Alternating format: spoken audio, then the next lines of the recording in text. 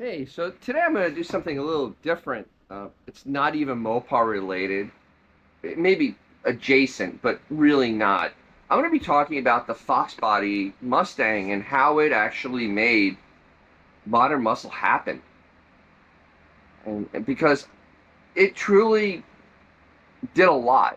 The Fox Body Mustang basically gave the Mustang street cred. Because before that, Mustangs were never thought of as something you'd go out and do real hardcore drag racing with.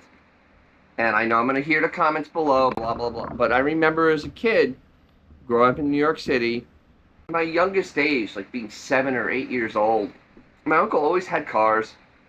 We always went, where other people were going in and cruising and stuff. And, went, always observing who's going to go racing on South Avenue. And honestly, nobody really talked about, building a Mustang to have to make it a, street machine. People had Cudas, Challengers, Chargers, GTOs, big block Buicks, big block Chevys, Box Novas. Box Novas were huge, huge in the late 70s, early 80s, with high revving 327s in them. I mean, this was what was really going on for street racing back then in the late 70s, early 80s. But Mustangs? No, not really. Compared to what you can do to a mid-sized muscle car, it was kind of limited because of just how tight the underhood was. So with that being said, when Ford came out with the Fox Body in 1979, originally that car was being designed between Europe and America.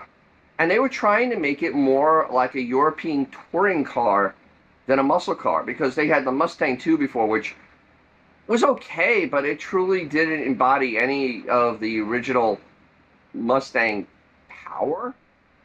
It was, it was a decent handling car. It just wasn't, I guess, what the public wanted. It sold okay, but it wasn't, because when they came out with the Fox Body, I mean, they sold 360,000 of them in '79. And that's even with an anemic 302 and a 2.3 liter four-cylinder turbo, which was carbureted. And I mean, the 302 at that time, I think it had 150 horsepower. I mean, it was pretty anemic, and it was two-barreled.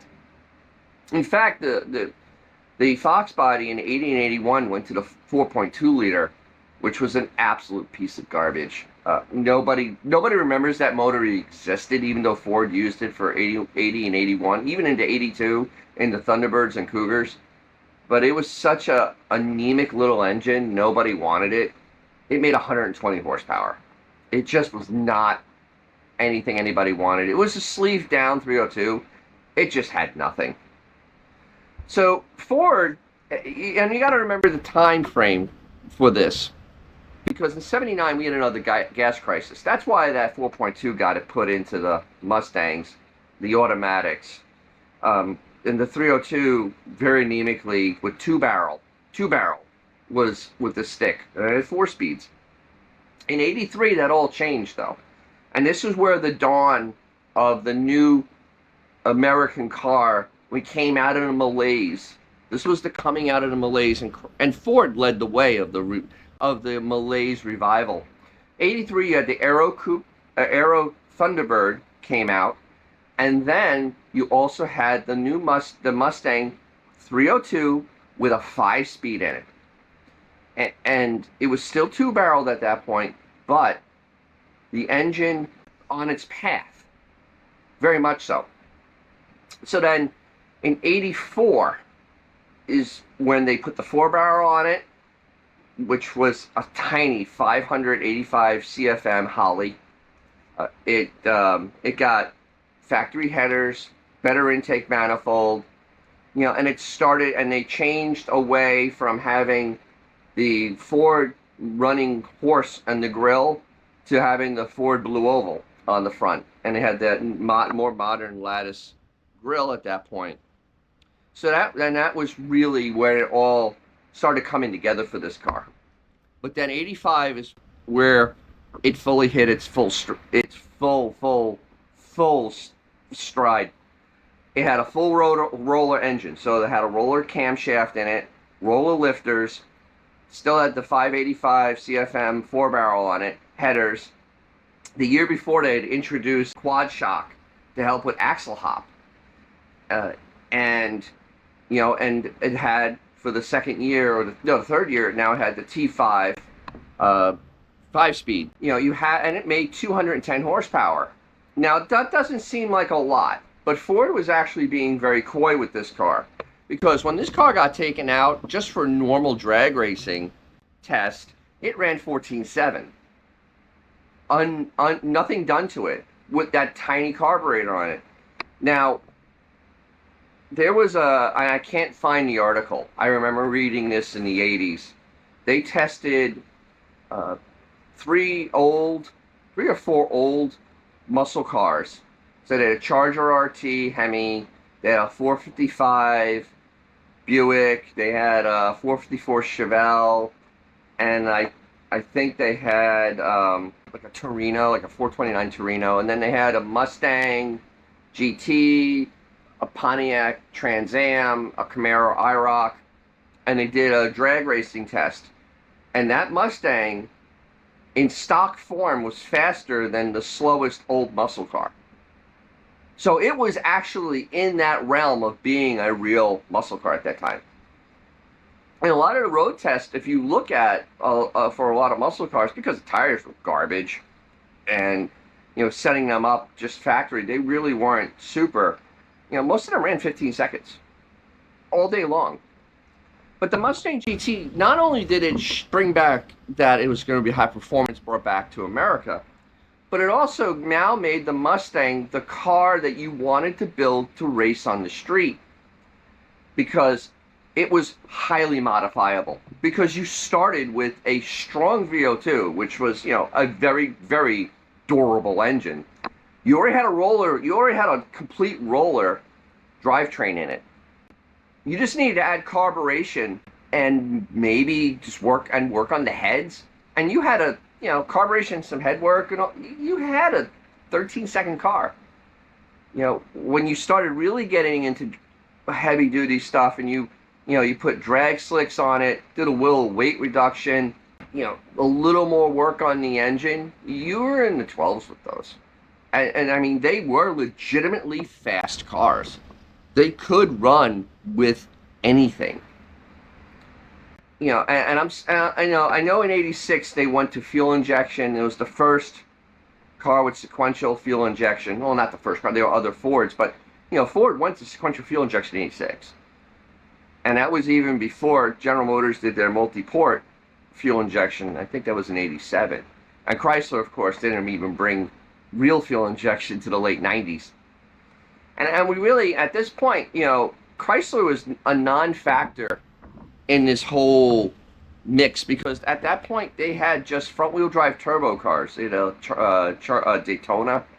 I mean, and these things were just kind of embarrassing compared to what Ford had rolled out with this Mustang, which now was a legitimate street racing car, legitimate muscle car, a legitimate car that made you kind of forget about the previous generation of cars that had happened, 14 years prior when you bought the 85. So this is kind of like a time that has been lost and forgotten, because we had so much development from, I guess, like 2000 or so, 98. We had so much development in engine technology and horsepower and speed and how fast cars got up until about 2020, that we kind of forget that we had to come out of the Malaise era from 1974 till when the Mustang GT became the Mustang GT in '83. That truly started the horsepower race again. The horsepower race, of course, that lasted up until 2020 or so. I mean, it's kind of still going on, but we had a whole little side track that we took on that. So I always thought it was fascinating how, this car that they're hard to find, because most of them got wrecked because, there's shortcomings on the car. The Fox Body Mustang had several shortcomings. First, that T5, you will break it. If you start modifying the car, you will break it. Usually it was the second gear synchronizer would just blow up. It had an incredibly short wheelbase. It was in the rain. It was hard to control. Body twist was a massive problem on these cars. They needed frame connectors basically from day one. If you had a T-top version, you actually could see how much the body twisted because the T-tops would stop fitting. As far as the engine, not really many issues with that. But when you with the actual transmission and the actual body flex, it was a lot. Every car does have its shortcomings, and Ford kept the car cheap, and that was the other part of it. That's why it was a muscle car. It was very inexpensive until they did the upgrades in '87, and we have the body-clad GTs with all the European-inspired aero on it. So and that's when the car I think broke $10,000, which was still relatively cheap for cars of that day, because I did a video here on how the price of cars has just escalated from 1978 up until today. It is outpacing inflation by a mile. But with all that said, we have to remember that that Mustang GT in '85, not only did it bring back the muscle car era that continued up to 2020, but it actually gave the Mustang real street cred, which it never had before, because nobody thought about taking a Mustang and really trying to go up against a Hemi Charger with it. It just was not a thing. It really wasn't. So, I hope you got something for this. Of course, I know the comments are coming below. I'm ready for them, and it'll be fun. I hope you got some of this. If you got it, like, subscribe, do all the things it says. And, of course, if you have a cool old car or something fun to drive, just cover it. It's summer. Take them out. You make someone's day, maybe even your own, and I'll catch you very soon.